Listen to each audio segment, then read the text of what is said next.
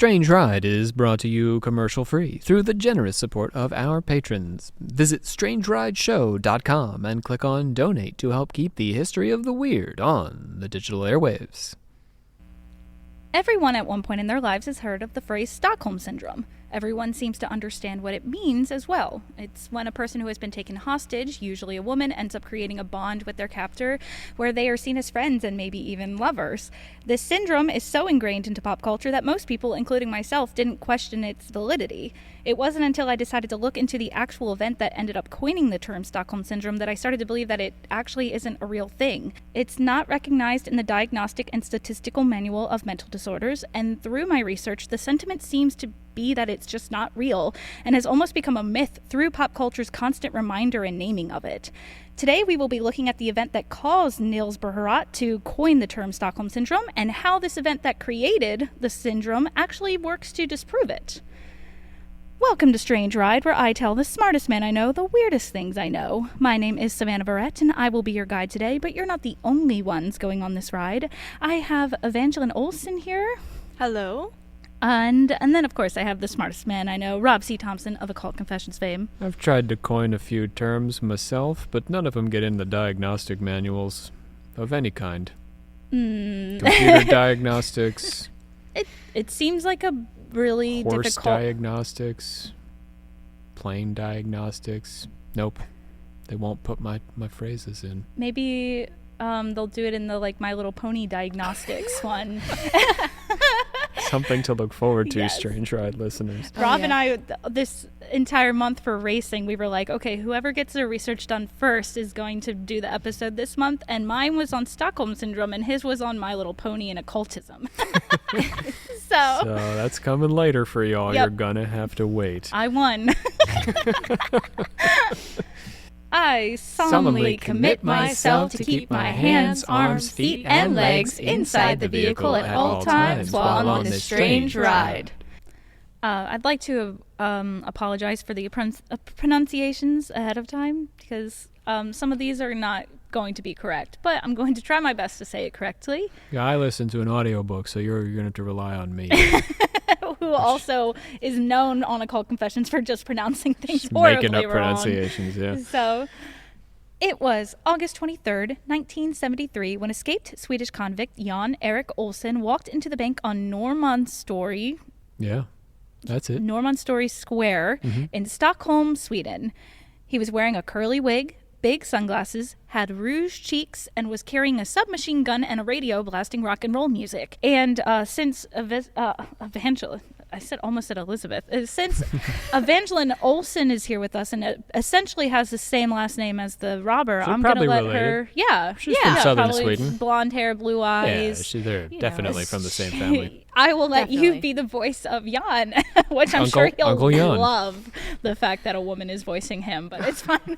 Oh, yeah. This is the male bank robber. Normally. He shot into the ceiling, and in an American accent, he shouted out, The party begins. yep. So in an American accent, just to point out, because we're going to be talking in American accents anyway, because we're American, Yeah, but that's he how said we it came. specifically in an American accent. His accent matters a lot, like whether he's speaking, because nobody knows his identity, so the American accent confuses people at first, but he eventually will speak in a southern Swedish dialect, and that's Yes. how they figure out his identity in part. They also get confused because there's another guy who's southern Swedish and robs banks, but There's a lot of bank robbers in Sweden at apparently, this time. yeah, well, because there were very little rules in Sweden, but there's very little punishment. But anyway, the point I'm trying to make is we're not going to be able to affect any of those particular dialects, no matter how hard we try. Instead of collecting money and leaving before the cops arrived, he chose 3 women staff members of the bank and tied their hands together. These women were Kristen Enmark, Elizabeth Oldgren, and Birgitta Lundblad. He kept them close, looming over them with his gun, while all the other bank employees lay on the ground watching to see what would happen. The police arrived shortly after the shots were fired. In an interview with Kristen Enmark, she said one of the male employees of the bank, who wasn't tied up, said to the robber, "How long do we have to be here? It's awful." And that's when Olsen let everyone in the bank leave besides the 3 women that he had tied up. Or so he thought. Oh, spoiler alert. Foreshadowing. But it seems like Olsen walked into this bank planning on getting into a standoff with the police. I mean, no one knows this for sure, of course, but he walked into the bank wearing a costume. He instantly took hostages and didn't seem too concerned with trying to take money from the actual bank he was in. And as soon as the cops arrived, he started making demands. And his demands were pretty big ones, too. He wanted 3 million Swedish kroner, which was about 700,000 US dollars at the time, a fast getaway car, and by far the craziest demand was that he wanted another inmate delivered to the bank to assist him with the hostage situation. What? Yes. Yeah. He wanted an accomplice delivered to him. And even... He was ordering an accomplice. Yes. Did he just have a friend in prison? He's Yeah, like, I want this guy. Yeah, he had a specific... He wasn't like, just give me any asshole. He was like, give me this asshole. Oh. A guy who he had promised, by the way, to help break him out of jail.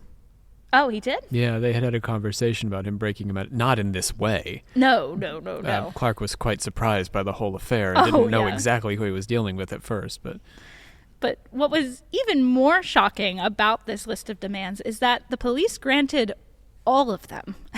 What? The only thing that Jan didn't have by the end of the first day were the keys to the blue Mustang getaway car that now sat in front of the bank. I know you're going to get into this, Savannah, but it's stranger still that the robber he asked for was like an Al Capone. Like, he was a very famous outlaw in Sweden. Well-liked, some Yes, might say. Like he had a cult following celebrity status where not everyone in the country knew him, but there were I don't know, those fringe, those serial killer girls that Yes. have the hots for Yeah. serial killers. It's It was like kinda breaking that. into a bank and saying, "Send me Charlie Manson right now." Yeah. I mean, this guy was more charming, of course, than Yeah, Charlie and Manson. not but as the same violent. idea. What was that guy known for? His Well, crimes, I mean. We're going to get to Clark Olofsson, right? Yeah, I was just about to talk There about we him, go. actually. Let's do some Clark. So, Love this guy. So before we continue, here is at least some background first on Olsen. Jan Erik Olsen was in jail for grand larceny. At this point in the story, he was an escaped convict. But and now just for clarification, Jan Erik Olsen is the man actively robbing the bank and holding people hostage. Who is called the robber for most of the first few days because Yes. they can't figure out who he is. Yep. So at this point in the story, he was an escaped convict, but before you start thinking that he's some criminal mastermind who was able to escape from prison, he escaped while he was on furlough for good behavior. So essentially, he was on vacation from prison, and when they were like, okay, it's time to come back, he was like, nope, and just didn't go back. Rather not. It's okay. I'm good out here. Yep. I'm good, thanks, though. That's how he escaped from prison. That's the Swedish justice system. We love you guys. All my love to the Swedes. But boy, we just can't identify with your criminal justice system. No, that's so interesting though, because to me that implies that they let prisoners go on furlough relatively. I read that it was like a thing that happens relatively often. So that must mean that most of the criminals go back, you know? Yeah, I mean, it works. It works. So it's just every now and then a Jan Erik Olsen's going to be like, nah.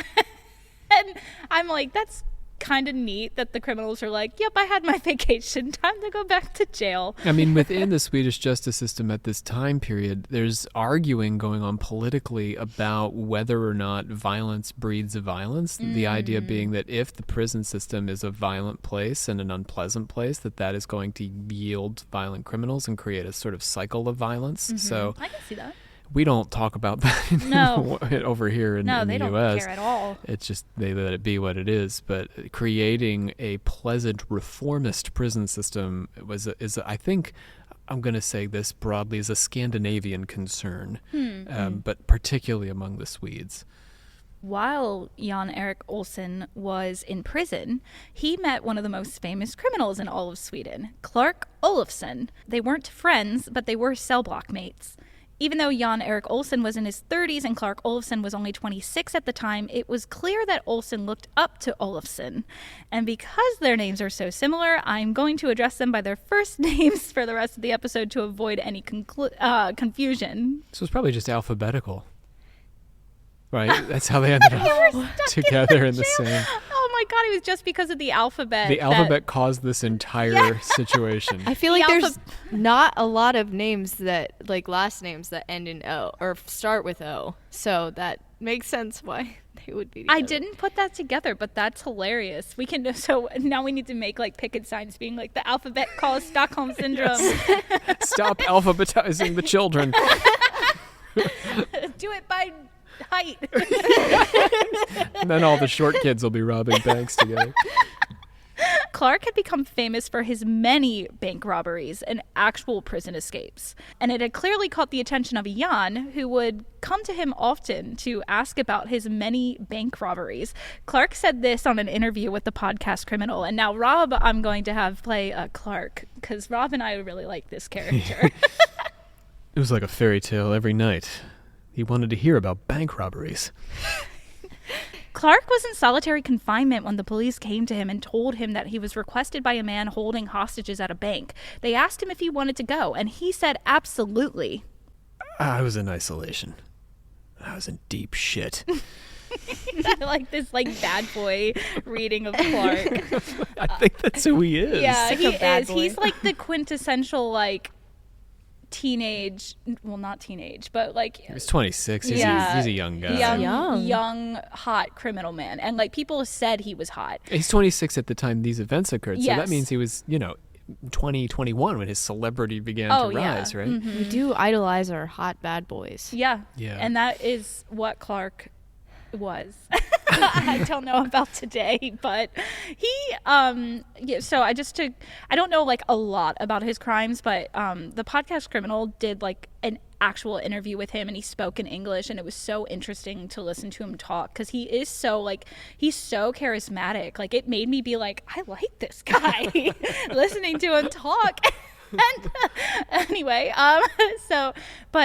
he made it sound like whenever he would rob banks, he was like, honestly, a good bank robber is when half of the bank doesn't even know that they were robbed. And that was what I would do. I would walk in, I would make the people like me, they'd give me the money, and I'd leave.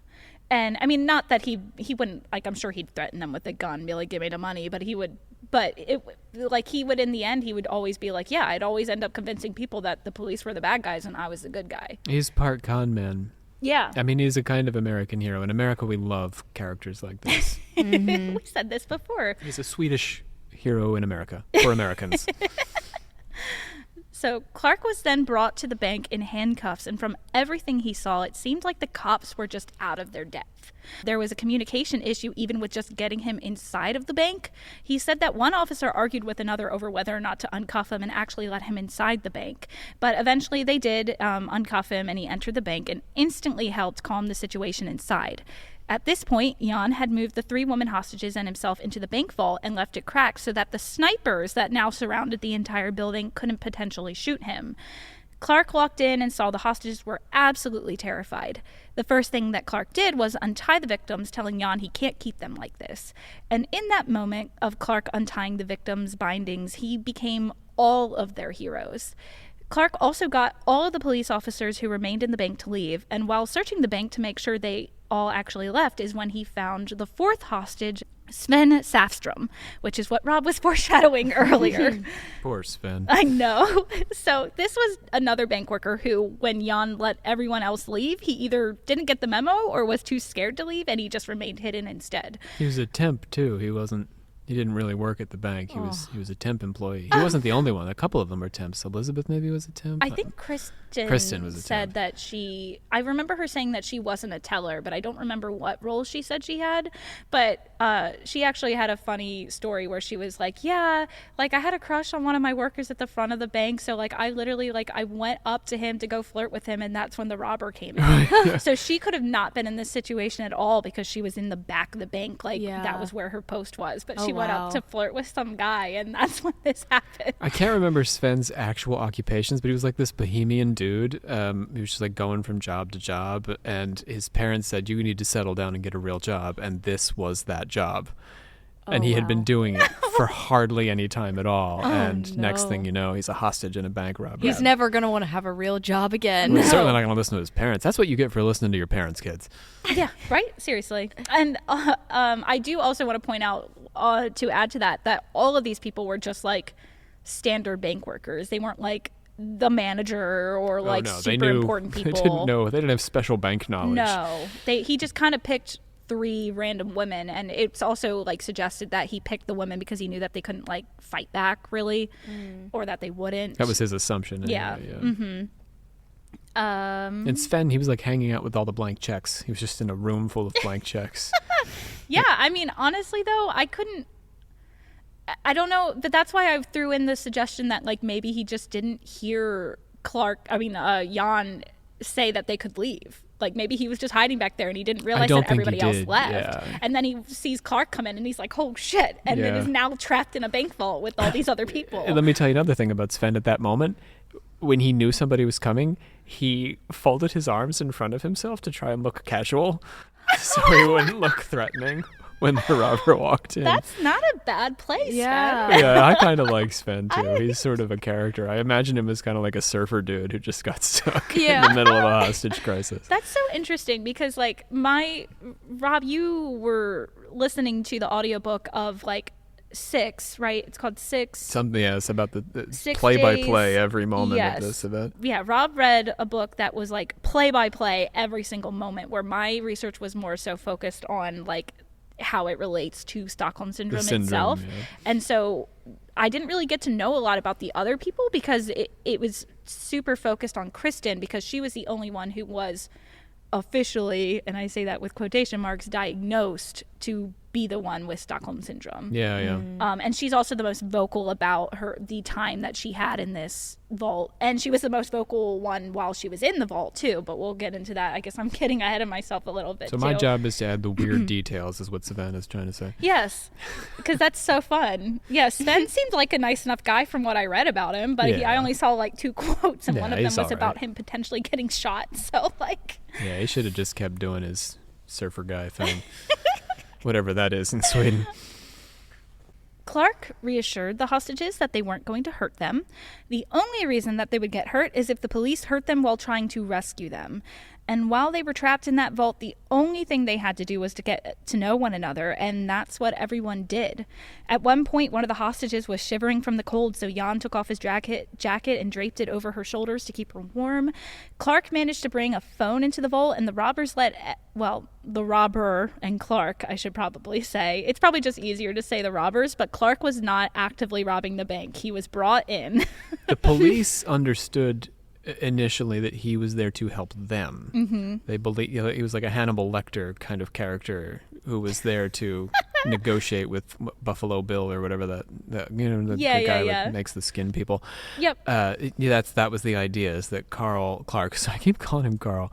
That Clark's job was to be on the police's side, and Clark played that. I mean, he is this con man character, right? So he brilliantly, for a while, was able to play both sides of the field until like halfway through the event, like day 2, day 3, the cops were like, I don't think you're helping very much. It doesn't seem to be on our side. I mean, there was a moment where a sniper shot at Jan and Clark yelled, "Get down!" That kind of thing. It was very obviously doing things not in the police's favor. Yeah. But he continually played the line that he was just trying to calm things down. Yes, he did. He wanted to play the role of, I'm a cool guy, I just want everyone to be safe and okay. And that was kind of he did stay on that metal line the whole time. Although I have a feeling that if the police did give the Jan the keys, Clark definitely would have went with him. So. Oh yeah, Clark was ready to go. He was ready to play whatever side was going to get him out of jail. Yeah. Which potentially could have been either side. The police could have given him some kind of immunity, or he could just take off with Jan, and that'd be a big adventurous. I mean, I don't know if you have this story in there, Savannah, but Clark. Part of the Stockholm Syndrome thing is that when the girls, and I think it was just the women, were brought out to talk to the cops, they were very hostile to them. And part of the reason for that is that Clark had told the cops not to talk to the hostages. He said that the hostages were trying to supplant him as the go-between, and that this would cause chaos. And so the cops shouldn't talk to the hostages. They should only talk to Clark. And then he told the hostages that the cops weren't taking them seriously. So he was playing them against each other. That's so manipulative. That's interesting, because in his interview with Criminal, he was like, yeah, the cops were assholes and they weren't taking the hostages seriously. He's playing us Oh all my these many God! years later. I fell for it. He's a smart guy. I have Stockholm Syndrome. Yeah, I mean that's how it. But it's the legitimate belief of these women and Sven and man that the cops weren't with them. But Yeah. Clark nursed that belief. Oh, he certainly did. There's Steadily. like quotes that I have, And created where- scenarios to make the cops behave that way. and it's also interesting too because like in his interview, he even says like one of the first things that he said to the hostages was like, "I'm the good guy. The cops are the bad guys. I'm the good guy. The cops are the bad guys." So like yeah, so he was definitely fostering that thing. But then, and we'll get into it in a little bit, the cops also did a lot of things wrong. Yeah, I mean it's weird that they deliver Clark, but then they refuse to meet the other demands to get the guy out of the bank. Right, but it's like they delivered everything except for the keys. So like Yes, the They car could've was there. Well, and the other thing about the car is that they only filled they rigged the car so that the tank only had a gallon of gas in it, but it looked like it was full. oh, So if they had let them get in the car and start driving away, and they hadn't thought ahead, and don't get me wrong, Jan was also a bright guy. They tried to like drug his beer, and he sensed it and wouldn't drink it. Like Jan was sharp, and Clark, of course, was sharp. But they could have theoretically driven the car off about, I don't know, a few miles, and then it just sputtered to a stop, and the cops surround it, and that's the end. They could have rigged that in several different ways. Anyway. that's makes their decisions a little bit more baffling to me, I think. It's truly odd. I think they really didn't want the hostages in the car with them. Yeah, I think you're right. So the humanizing, this is a very important part of this story, is that the humanizing of the hostages and the humanizing of the robbers, just for ease, just robbers. Jan and Clark both started to care for the hostages. Like Jan was worried about the one girl being cold, like I said, and then Clark, he brought a phone into the vault, and they let the hostages call their families to let them know that they were all right. And one hostage, Brigitte Lundblad, who was the only hostage to have children, called her family and broke down into tears when they didn't pick up the phone. And Jan placed a hand on her cheek, wiping away her tears, and said, Try again. Don't give up. on top of them being untied and being treated like human beings, there was also another important reason the hostages began feeling sympathy for the robber. So the robbers would get food from the cops, and then the robbers would like distribute the food. So it became, in a way, like Clark and Jan were their lifeline. It was like their only way to get food. So like, of course, that's a thing. Yeah. I mean, they have the guns. Yeah, and they have guns. Well, I mean, Jan anyway has the gun. He's running the show. Yeah. I mean, it's worth saying as many times as possible that Clark had no idea when he walked in who this guy even was. Well, Clark said he, when he was told about it being a bank robbery, that he He guessed that it might be Jan. Well, because he said that Jan every single night was like a fairy tale, like oh, Yeah. please tell me about your bank robberies, Yeah. Mr. Clark.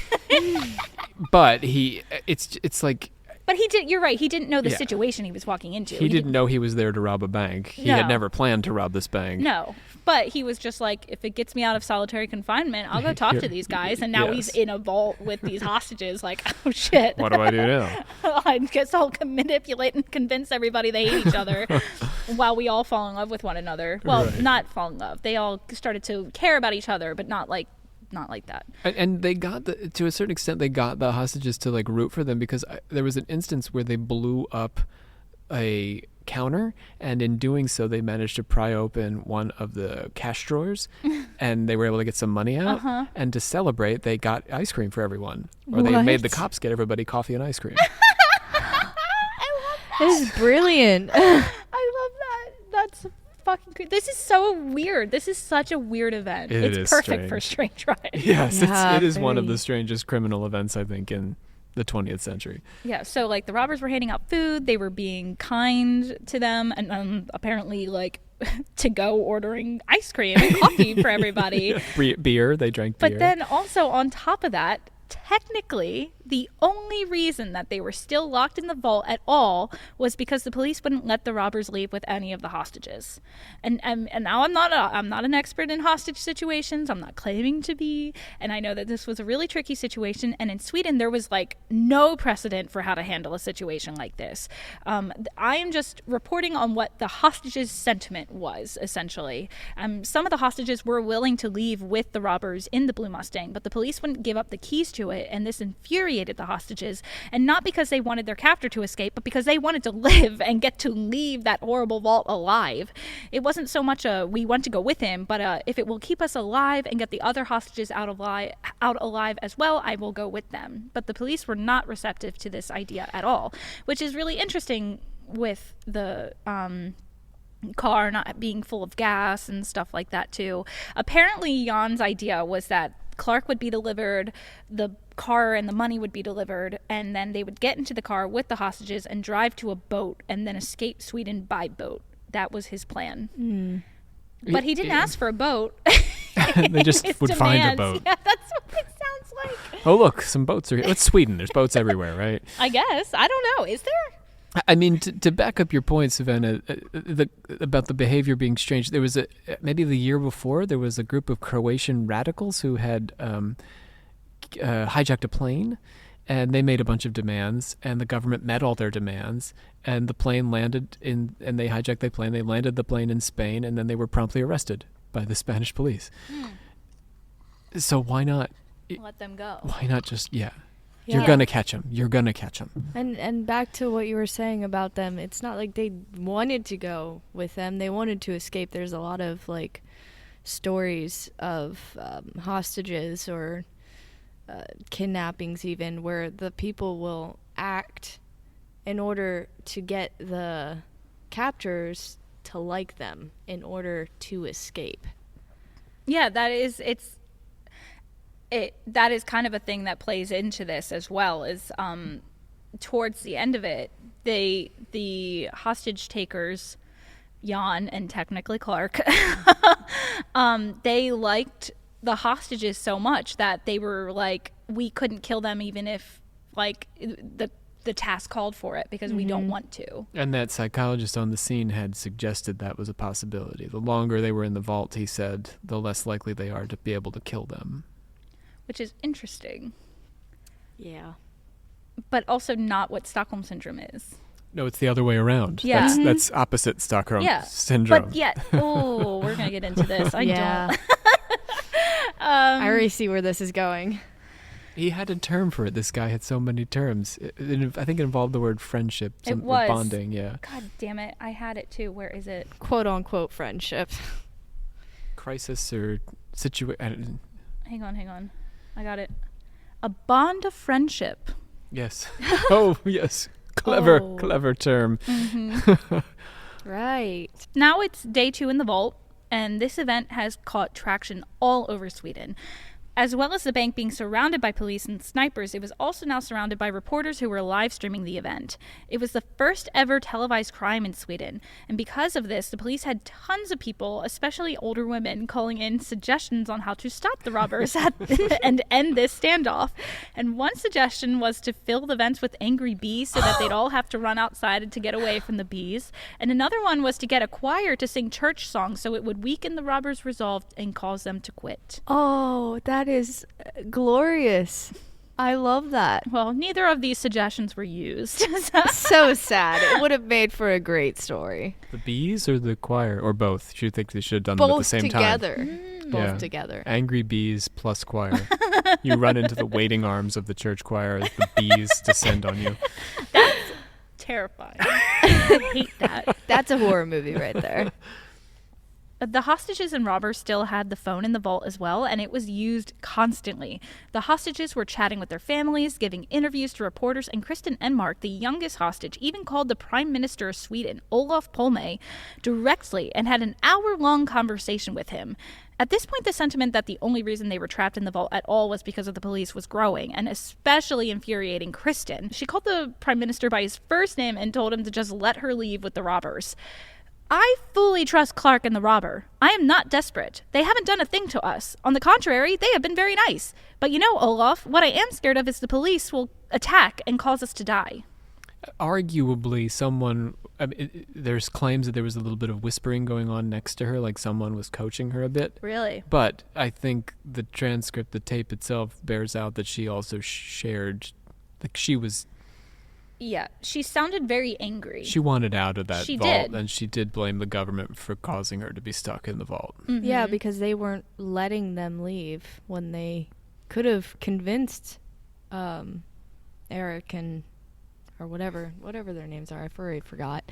Jan the and robbers to let them leave. And Olaf was not very encouraging in that phone call. No, he was not. Part of the reasons that the hostages lost full faith in the police was because earlier that day, the police misidentified Jan as another escaped convict by the name of Kai, by the name of Kai Hansen. Mm-hmm. And decided to send in that person's 16-year-old brother into the bank. What? Yeah. So the complete stranger to Jan. Yep. So the hostages witnessed the police send in a literal child to try and solve the situation. Oh. Jan shot at the kid and he ran out of the building unharmed. And when he got outside, he screamed at the police and said, "You idiots, you have the wrong guy." And they forced him to stick around and call the vault phone to try and talk to your brother because they didn't believe that they had misidentified him. But after he was promptly hung up on, the police finally acknowledged that they were wrong. Or maybe they didn't. They apparently. didn't really. They sort of lingered with the Kai theory until finally Jan gave some sort of telephone interview, and his own brother identified his voice on the radio and called in and said, "That's my brother." See, all of my stuff dropped the Kai thing after the brother was like, "You idiots, you have the wrong guy." So they were willing to send in an actual child in there that could have gotten killed, but they weren't willing to hijack a car and let the people try to leave. No. That they weren't allowed doesn't to make leave. sense. They kept him there. Kristen said that after witnessing that, she truly felt like the police were incompetent. The Prime Minister said to Kristen on the phone call with her, But they shouldn't be set free. Consider the situation. They were robbing a bank and shooting at the police. Kristen cuts him off and says, "No, let me tell you, the police would have shot first." Can't you get the guy to put down his weapon? Can't you explain the whole thing and is hopeless? No, it won't work. Why not? Isn't he a human being? This is what he's saying. He has nothing left to lose.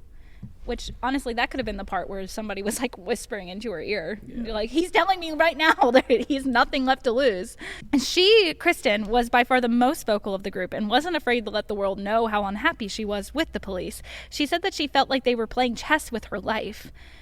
So I need to share this quote with you all because I think, so far, I can kind of sympathize with the Prime Minister a bit because, you don't really want to let the bad guys leave with the hostages, but what do you do, especially in a country that doesn't really deal with this sort of thing very often? But this quote made me understand Kristen's frustrations and also root for her to just get to leave with the robbers. Kristen said, "I don't care if I die here or die outside somewhere," when she was told that she'd still be in danger if she left with them. The Prime Minister then responded with this to a 23-year-old minimum age bank worker. Wouldn't it feel good for you to die at your post? And she told him, "You don't understand anything," which, holy shit. That, oh my God, oh my God, that pisses me off so much.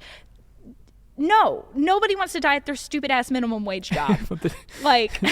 The tape of this was released to the press. Yes, but it had been edited. Yes. So what we just said is the report of witnesses. Many witnesses said this conversation happened, but including it is Kristen. Yes, but it's not extant on any tape. You can't hear it. Kristen was the first source to say that it happened, but the people in the vault with her, everybody agree. The police, I think, backed her up, but it's not on the tape anymore. Which I'm not shocked by. Why would you propose in that situation that somebody would die anyways? If I was a hostage, I wouldn't want to be told that, it's better that you just die here. I feel like he was trying to be it's noble to die at your post. But no, I don't want to fucking die. No. I mean, you have to imagine he's on an hour-long phone call with a woman at the heart of a situation that is probably tanking his political career. He's having a very bad time. Is also another really important thing to talk about is that it was an election year, Mm-hmm. and you said the king of Sweden was dying. Yes, so it was like a really big political deal at the moment. King he was dealing Gustav with a lot. VI Adolf was on his way out the door. The new king was going to be coming in, and the press had been, and the news, the TV had been hyper-focused on the death of the king, and they were giving play-by-plays of, the king's family has been sent to his, breaking news from Stockholm. And so it would break in on this news about the king, and the people of Sweden stopped paying attention to the king dying and started, who was a very well-beliked king, by the way, and were paying attention instead to this bank robbery. Yeah, it was the event lasted for 6 days, and it was like basically live streamed 24/7 for those 6 days, and they ended up calling it the bank drama. And I think I remember like one super big newspaper in like Stockholm called it like the pornography of violence or something like that. Yeah, that's the phrase. Mm-hmm. But yeah, so it was a big deal, and that Jan was also playing on that, where he was like, yeah, since it's an election year, the prime minister will give me all of my demands, because like if any of the hostages die, that's going to look really bad for him, and he's up for re-election. So so yeah, the dude's dealing with a lot. But also, fuck you. Yeah. I mean, This is crazy. You cannot say that to somebody. I mean, we're all piling on the just let him go, but I mean, you got to say the counterpoint to that is in the American criminal justice system, we tend to think this way. If you give in, then there will be more. Yeah. So if we let Clark get out this way, then what's taking the next guy, who's currently with his cellmate, and he's getting out tomorrow, and he wants to get his cellmate free? Why doesn't he just go hijack a bank and hold hostages? Well, and then also it's true in the sense that like I thought about this, where it's like, well, what if they left with the hostages, and then like once they got to their destination, just killed the hostages anyway? But you might as well let him. For me, if they're going to kill him in the bank vault, they're going to kill him on the road. You still have the chance of saving them up till the moment that they're dead. yeah. So as it becomes increasingly likely that they're going to kill them in the vault, but this psychologist is whispering in the police's ear, well, no, they've humanized themselves. There's no way that they will be killing. we should lock them in the vault, says the psychiatrist. And after that phone call that was made public, her mother, Kristen's mother, called the vault phone and asked to speak with her. Because you can just call into the hostage situation. Yeah. Can I speak with my daughter, Which, please? to be fair, is something that has been set up as a precedent at this moment. Her mother then scolded her for some of the foul language that she used. Her mother scolded her while she was actively being held hostage inside of a bank vault. She had called the prime minister a jerk. That also, I think, was not in the tape, but she called him a jerk. Yeah, and I think that was the foul language that her mother was like mad about. But Kristen also gave a ton of interviews where I'm sure that she was also like, fuck the police, without saying fuck the police. So the police are jerks. And I'm sure her mother was like, I'm a school teacher. Do you know how bad this looks for me? How did you get yourself held hostage? Very irresponsible. She's like, not the held hostage thing. How dare you call the police jerks like that or whatever. The prime minister of all You're people. making me look bad. And I just absolutely love that Kristen, 23-year-old, is like, Olaf, listen to me. Like, it's awesome. She was badass. Also, on the second day, Jan would let Elizabeth Oldgren, who began to feel claustrophobic, walk around the bank, but with a 30-foot leash on in order for her to be able to stretch her legs and let her breathe. So this is just another example of the hostages feeling like the only person that is listening to me is my captor. And Jan... I think she also, though, sat in front of the vault at night in a chair that was rigged to explosives. Something like that. Oh. I never read anything about that. Yeah, something to that effect. There were explosives rigged in front of the vault by Jan to prevent the police from trying to come in. And Elizabeth, I think, sat in front of the vault in a chair or at the front of the vault. Literally, I've read so many different articles and papers about this. Nothing... I feel like I didn't read a single thing that said anything about explosives. There's so many weird... Oh, yeah, he had explosives. That's how he blew up the cash drawer. Interesting. Yeah, he had a bunch of... In a backpack, he'd brought in explosives. So there was the danger that he could just blow everybody up, including himself. That's interesting. It does add a dimension to it. I don't know why they left that out. Yeah, he did have explosives. Maybe I just read really sanitized versions of what happened. Well, I guess it's not an important detail. I mean, he has a giant machine gun, so the explosives like are just sort of like Tomato, That's a good tomato. point. yeah. Jan apparently became very frustrated that the police were not cooperating and decided that he wanted to shoot one of the hostages in the leg to prove how serious he was. He chose Sven Safstrom, the only man in the vault, Not Sven. Sexist. yeah, and told him that when he gave Sven the signal, he would only graze his leg.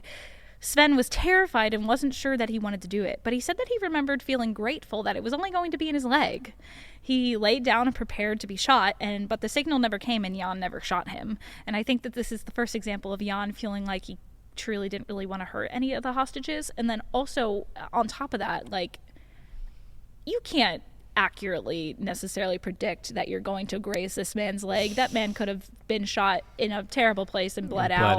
Yeah. So like I think it was a smart thing that he didn't shoot anybody. But also I think it is the start of Jan being like, I don't really want to hurt these people. The third day in the vault is when shit would really hit the fan. That morning, the police tried a very risky maneuver, and while everyone was sleeping inside of the vault, see, this is what makes me, like, where was that explosive chair? Because everybody was inside of the vault when this happened, but... Nobody to detonate them, I think. The police, in this instance, I'm not sure exactly how they pulled it off, but it was a dangerous maneuver for sure. Yeah. And he just didn't detonate them. But everybody was sleeping inside of the vault. And the vault door was always cracked because, like, obviously they'd be locked inside of it. But an officer snuck inside of the bank and shut the vault door, locking everyone inside of it. And at that point, everyone in the vault was completely stuck. Their entire world was the vault and the people inside of it. And it wasn't just the hostages trying to survive anymore. It was Jan and Clark as well. I mean, there was no more food and water, but luckily Jan had saved 3 pears from one of the previous meals that the police delivered, and he cut it into slices for everyone and made sure that everyone was able to eat. And the hostages even noted that Jan took the smallest piece for himself. Sven Safstrom said that Jan could be seen as an emergency god. And after the vault was closed, the police cut off the phone to the public, and the only people who were able to use the phone was the police. So the vault was truly shut off from the outside world. So basically they shut them in there, hostages included, didn't give them any more food. So that's like punishment to the hostages because now they're hungry and thirsty and all that. So they're making them suffer even more. For what purpose? To stop these men from escaping with them, I guess. Yeah, they want to end the crisis. And this is where the psychiatrist was like, well, if we lock them in there, the bond of friendship will form and they won't want to hurt each other. Which I guess, I mean, is what happened, but... They could also have Thelma and Louised it out of this life into the next. Yeah. Bond of friendship doesn't prevent you from doing that. Nope.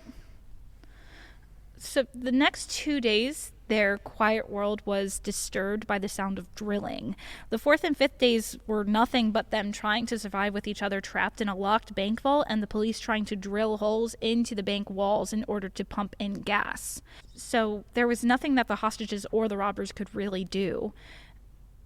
Jan did try to warn the police against using gas by having the hostages take turns standing in the center of the room with a noose tied around their necks. So they like tied the noose to the top of like I don't know, like one of the drawers in a vault. I don't know what is that called? Deposit drawer or something? Yeah, deposit box. That's it, deposit box. Deposit boxes. They tied the noose to the top of that, and then they would have like the hostages like lean forward and like with the noose around their neck. So the idea was that if they dropped in gas, it would knock out a hostage, and then the hostage would hang themselves, and it would be the police's fault. But this plan never worked out, though, because on the 6th day, when the police had finally made enough little holes to pump gas in, they did it early enough in the morning that all of the hostages and the robbers were sleeping and nobody was in their noose. It wasn't long after the gas was pumped in that the police heard everyone in the vault shouting, "He gives up," and the vault door was open, and the police ordered the hostages out. But they refused to leave. They were afraid that the police would shoot Jan and Clark once they weren't in the room anymore. So the hostages went and said their goodbyes to both Jan and Clark, kissing them, hugging them, giving them handshakes, and then the 2 men walked out with the hostages behind them. Jan and Clark were instantly put in handcuffs, and the hostages were put on stretchers. Kristen refused to lay down on her stretcher. However, she didn't want anything to do with anyone who was there. She watched Clark get taken into the police car and shouted to him, "Clark, I will see you again." Jan was sentenced to 10 years for this bank robbery, and Clark at first had his prison sentence extended because of this event, but was later able to be acquitted, saying that he didn't help Jan. He helped calm the situation down and save the hostages. And the hostages did visit the two men and write them letters, but the hostages have also openly critiqued their captors as well as praised them. The hostages weren't like lovesick puppies like Stockholm Syndrome seems to suggest. It was more so, especially with Kristen, because she was the one who was diagnosed with it. She was just so pissed off at the world and the cops that she was like, my only friend in the world right now is Clark. But it wasn't because... but it was because of the situation that they were in, and Clark was the only one like actually listening to her and stuff. And Clark did not cause her to be in that situation. No. Jan is a very different figure in that regard. It is. Jan robbed the bank. Clark was brought into the situation after the fact, and yes, he played both sides of the field, but Clark was, I think, ultimately interested in preserving everyone's life. Neither him nor Jan were murderers. No. And Clark didn't even want to be there. That wasn't his choice. Yeah. I mean, he wanted to be there, don't get me wrong, but... I mean, it was sort of his choice. Like, the cops, it sounded like the cops sort of gave him a choice, but he was like, I'm in solitary confinement. Fuck this shit. Yeah, it's almost like a romance novel scenario, right? He's completely blameless, and you can, sex him without fear of moral turpitude, but... Yep. Anyway. Which... I will say did end up happening. Kristen and Clark, this was like years later, did reconnect, and they did end up having like a relationship together, but it didn't last very long, and they're still friends, but they did have like a relationship. There is also, I mean, I want to point out this story about Birgitta, that while at the second or third night, I'm not sure which one, but she and Jan had a kind of interlude. And there's two different versions of this, whether you ask her or whether you ask Jan. Now, bear in mind, Birgitta is the mom. She's 32 at the time of this robbery. She has a child at home. Her husband, who, by the way, never got a phone call from the police to telling him that he had to find out on the newspaper or the radio or whatever. But they had this encounter under one of the tables or something at night. Where, according to Jan, they got close to each other, and she ended up giving him oral sex. But Birgitta described it as that they had a conversation about how Jan was hadn't seen a woman in 3 years or something. He was very lonely, 2 years, and she allowed him to touch her breast and her hip over her clothes. And then she suggested to him that he go ahead and deal with his arousal on his own. And so he masturbated under the table. She believed, my understanding of it is that Jan was wound pretty tight. He was popping some sort of like amphetamine or something to keep himself, alert night or whatever. And she believed that this might relieve some of his tension and make it generally safer to be in the vault. It was not a matter of her romantic interest in him. Mm-hmm. Yeah, and that's kind of what defeats the Stockholm Syndrome of this, is that everything that these people did, it wasn't because they cared about their captor or the robber. It was because they were doing it to survive, because they felt that this was their way to get to survive. And Stockholm Syndrome suggests that like you just be like your captor can do no wrong and like whatever, like I don't know. And Clark is a profoundly liminal figure. It's not as if there were two men holding machine guns to their heads. There was one man holding a machine gun, and one man whose job it was, theoretically, to help them, who also happened to be a criminal and friend of the guy with the machine gun, but who had been brought to the bank for that purpose. So to sympathize with Clark is almost completely rational. Different. Yeah, it's a rational choice. And the first thing he did when he walked in was like, Jan, you have to untie these people. They're people. Like, you know, like he did almost like this huge show of being like, I'm a good guy. They probably got the sense that Jan looked up to him as well. And so to get on... Jan definitely did. Jan essentially brought him in because he was like, this guy knows how to rob banks. And there's something naturally sympathetic. It's just not... These guys are not abject terrorists, right? Like, Jan should that's a good have... point. I mean, logically, he probably should have killed one of them to show the police how serious he is, or at least seriously wounded them. But he didn't do that. He thought about it, and he threatened to do it, which is natural because he was up against the wall, but he didn't do it.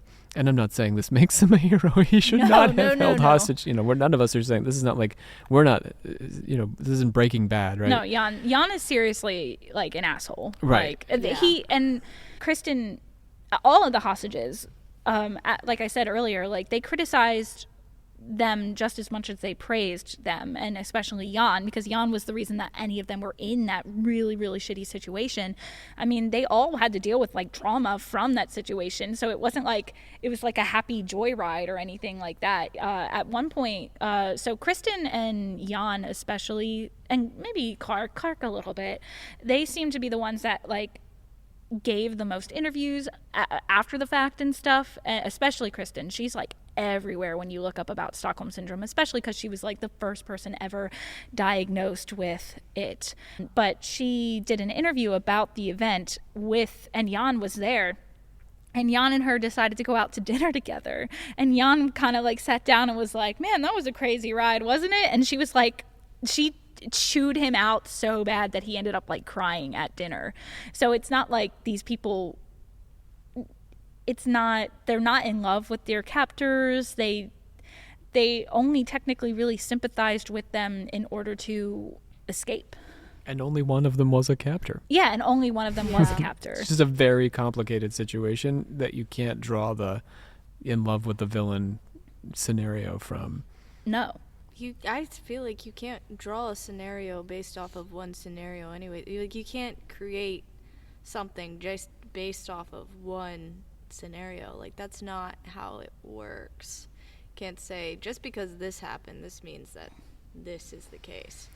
I mean, we're going to get into this, my theory about Stockholm Syndrome, which is that it's a theory, it's something you come up with to excuse away something you refuse to believe or see. And in this case, I think what the society, or probably the cops really, the psychologist, refused to accept was that they didn't like the police. Yeah. That the police weren't heroes. Well, and that was sort of what made Nils I feel like that was sort of his big thing, where he was just so flabbergasted by the idea that these people didn't like the cops, that there had to be a reason for it. And not these people, it was just the women. So he did try, Nils Bergerat.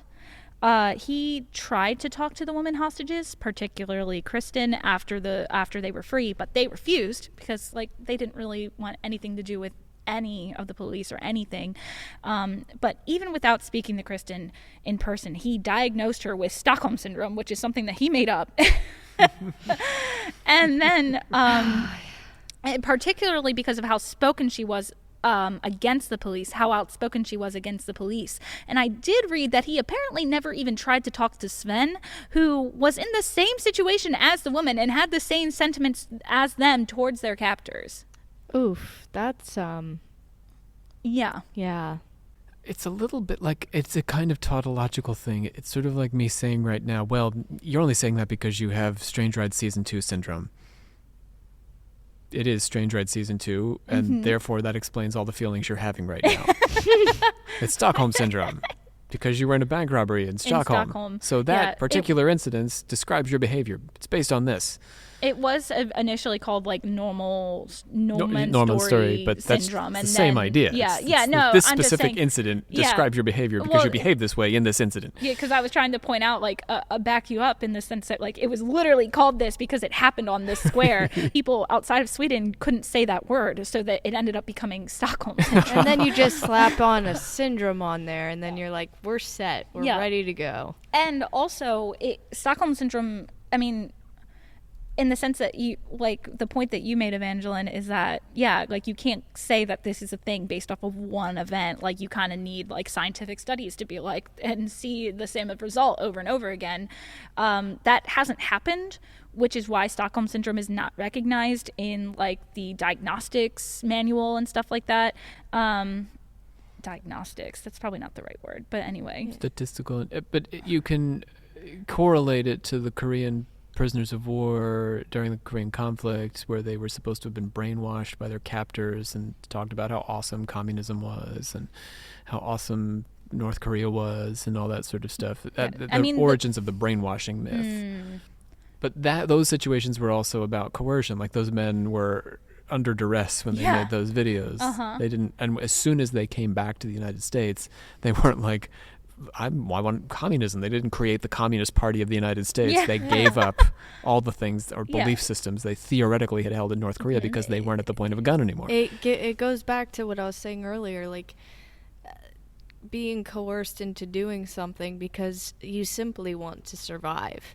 You say the things, you do the things, you put on an act in order to survive. It's not I'm saying these things because it's real. It's saying these things because you just want to survive. And you'll do anything to survive. And there's many, many, many, many things that people do to survive in situations like that or not like that. Just survival in general. Yeah. Stockholm Syndrome, like, it didn't even really pick up as, like, a phrase or anything until Patty Hearst, which is something that you talked about on Occult Confessions, right? Yes, I want to say the Palestinian Liberation Army or something. She had been kidnapped by them and ransomed by them, and she ultimately went on to rob banks with them to feed their cause. And so everyone said, oh, Patty Hearst has Stockholm Syndrome. She's been brainwashed. But Patty Hearst was a raging liberal. She was on the far fringes of bohemian thought. And so what actually happened is these guys kidnapped a woman who they thought would sympathize with them, and she did. Surprise, surprise. And she went along with it. There's even some people who believe she may have had some role in the planning of it or whatever. But it's not that they changed her mind. It's that she was already sympathetic to them before they even showed up. Well, I guess now it's your time to talk. Well, you were like, you said, your theory. Like, do you want to elaborate a little bit more? I mean, it's not mine. It's a sort of truism of cult studies. And I use that word broadly. In religious studies scholarship, we don't like the word cult. We find it pretty judgy. Oddly, I'm doing a series on cults that aren't cults right now, so I'm using the word twice in my current series. But the word cult means lots of things. I mean, historically, it just meant a group of people who, were following a particular belief system, the cult of Isis or the cult of Dionysus. These are just people who belong to a set group who has a set group of rituals and beliefs. But as we came to think about cults as organizations that were, and this is like a postmodern or modern American phenomenon, really a postmodern American phenomenon, that there's this dynamic leader who creates this belief system, separates you from your family, separates you from all the people you love, and brainwashes you. This Stockholm Syndrome idea sort of lingers in the background of this cult theorizing. But what it does is it deprives these people of their agency. You chose to join. I mean, NXIVM is one of my favorite examples. It's a very popular example right now. These people chose to join Keith Raniere's NXIVM organization, which was, as Nikki said on my show, basically a multi-level marketing scheme.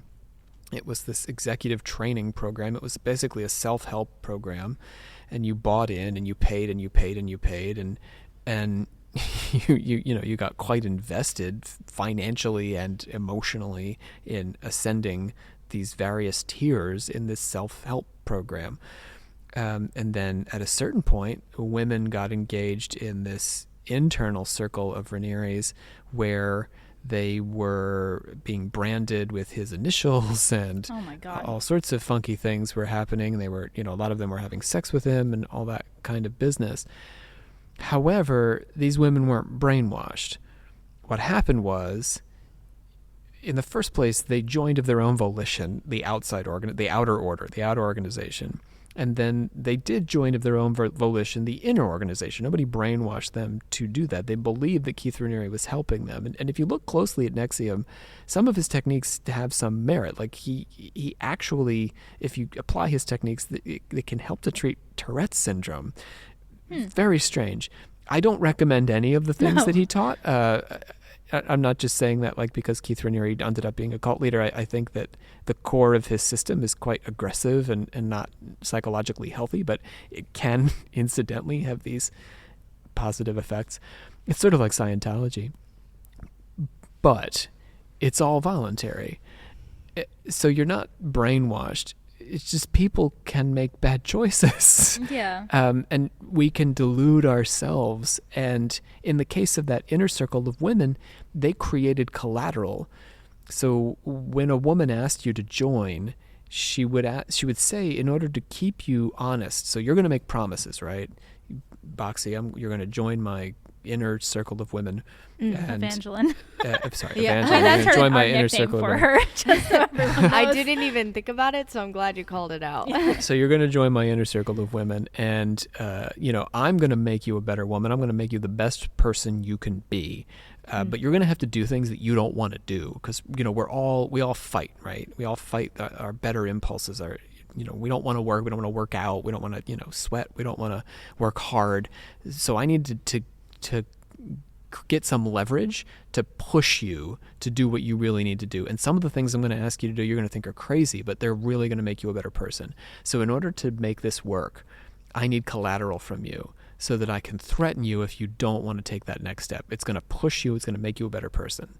You following me so far? Yeah. So what you're going to do is you're going to send me some compromising naked pictures of yourself, or you're going to send me some financial documents, or, there's a variety of things. There's a lot of naked pictures were involved. And then when you say, Rob, this is getting weird. Your initials are now on my left butt cheek. I think I'm out. I'll be like, no, you're not. You are not out. I have your collateral right here. And if you don't want me to send this to your family, you're going to hang with me. No. So you're not really brainwashed. You're coerced. Yeah. And then honestly, at that point, like when you know that that's happening, it's almost easier to be like, okay, I guess I better get into it or I'm going to be miserable the whole time, Or is that like a thing too, or? I think that by the time you reach that stage, you become desperate and sad if you really want out. Mm-hmm. And you really realize that things have gone wrong, and women did get out. But the coercion, I think the coercion is most effective when I don't have to threaten. The coercion works best when it's just understood. Jan is more coercively effective holding the machine gun than pointing it at you. Yeah. Do you see what I mean? Mm-hmm. But you are still being coerced with violence or blackmail or whatever. Yeah. No, for sure. Coerced and manipulated. Right. Like making one thing seem like another when really it's just... Scientology and even NXIVM to a certain extent, there's a sunk cost issue too because it's so expensive. Like the more money and time and energy you put into it, the more you suffer from that sunk cost feeling of, I can't leave. These people couldn't possibly be fooling or deluding me. And so a lot of these groups, these organizations start out with relatively persuasive cases. If they didn't have a persuasive case, why would anybody join? Mm-hmm. Yeah. Joseph Smith persuaded a lot of women to be his plural wives. Mm-hmm. After all, he made a good case. And then I think it's also something really important to point out about Stockholm Syndrome too is that it's almost always targeted at women. Mm-hmm. It's like always targeted at women, and it makes it feel like in a way, like you said before, it takes away the people's agency. It takes away women's agency because they're like, oh, we don't understand why Kristen like wanted to be friends with Clark, so like she has a syndrome, she's crazy. And like it feels like that happens a lot in all these cases, and in examples in pop culture, like everybody thinks of Beauty and the Beast, like that's the first one that pops up. And then some other examples that I was reading, like people said King Kong, which is true, that like the monkey did kidnap her and then they falling, like they fell in love. She did not want to have sex with the monkey, but the monkey did want to have sex with her. The ape, I'm sorry. Yeah, it definitely appears the mythological that creature. way. Yeah, the King Kong really did want to have sex with the Naomi Watts or yeah. Not. But then it's also interesting because this is not true examples, and in all of these examples that I have, this is fictional. It's all women. Like I have V for Vendetta, Phantom of the Opera, which is not anywhere close to Stockholm Syndrome. There's so much wrong with the Phantom of the Opera that I would have to make a whole separate Strange Ride for it. And I love that musical, and there's so much wrong with it, and the way that, oh my God. But the movie Red, it was like a Bruce Willis movie where I remember watching that as a child, and I remember now when I saw it pop up on a list, I was like, oh yeah, he did kidnap that woman and convinced her to fall in love with him. But it's never like they sit there. It sounds almost like women can't think for their own volition. Like they fall into this trap and they're like, oh, I can't see, like all I see is the good, I don't see the bad. But they're missing all of the other things between, and it's really just genius that they can think, okay, I can put up this act and then I can get myself out of this. It's a fantasy. I yeah. mean, the reason it's only in these fictions is because it's a kind of fantasy. It's like I said, romance novel earlier, and that is the case. I mean, Clark was a romance. In this scenario, he played this like perfect romance because I think it's a fantasy for men and women. Women have the fantasy of the bad boy who turns out to be, who she can turn good. and men have the fantasy that they can persuade women to like them who don't. So both of these, right, are at play here, but in reality it doesn't really work that way. No, it doesn't, no. And then also, like you said, it's Stockholm Syndrome is normally like a thing for like, there's worse things going on here. Like you're like, with Beauty and the Beast, it's bestiality. With King Kong, it's bestiality. It's always bestiality. Oh, that's so true. Now that I'm looking at we resort to Stockholm Syndrome when the natural explanation is more disturbing to us and we can't accept it, so then we concoct. So now I'm diagnosing the people who diagnose people with Stockholm Syndrome. So if you say, no, she really just wants to bang that giant beast, then you're like, oh no, that's gross, that's a children's movie. She wants to have Stockholm Syndrome. oh all right. No one wants to bang that giant beast guy. Gross. And it's also like in all of these examples too, it's like they all get along. Like, I mean, I know that they don't get along at first, but it's like once they get to know each other, it's not like you can't look at this and be like, this person's brainwashed. Why is it called like Stockholm Clark. Syndrome? They have redeeming qualities. Or even Jan, they have redeeming qualities because people do. So it's not Stockholm beasts Syndrome. Or giant monkeys. Yeah. Even though the beast is very human-ish. King Kong saves her from some giant animal on the island of misfit giant animals. What is that island called? It has a special name. Oh, nerds right in, my nerds. I would know. It's like Skull Island? Skull Island, there you go. You did it. Yeah. And then also in real life, it just feels like a way to discredit women when they have opinions on different things and stuff like that, especially with Kristen.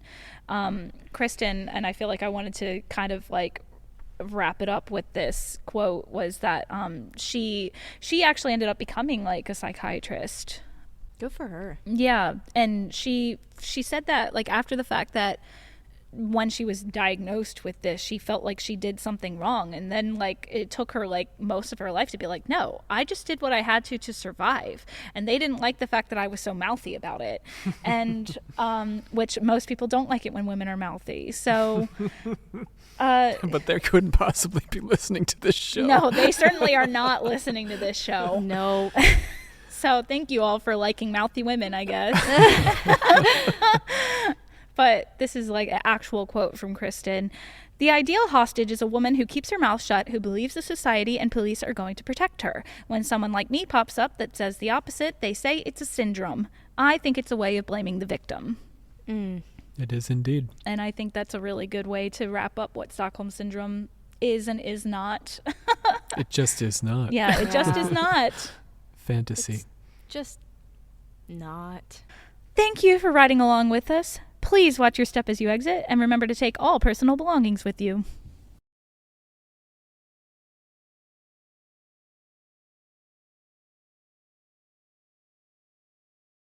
But I could say listened that. to an audiobook about this, so I am unfortunately going to be here to help with pronunciations. How do you say normal storg? Huh? The name of the square that it happened in? Normal Let me see. Storg? Normanstorg. Normanstorg. Excuse me? Normanstorg. Normastorg? Pretty sure. Normastorg? This guy said this so many times. I'm starting over. None of that is making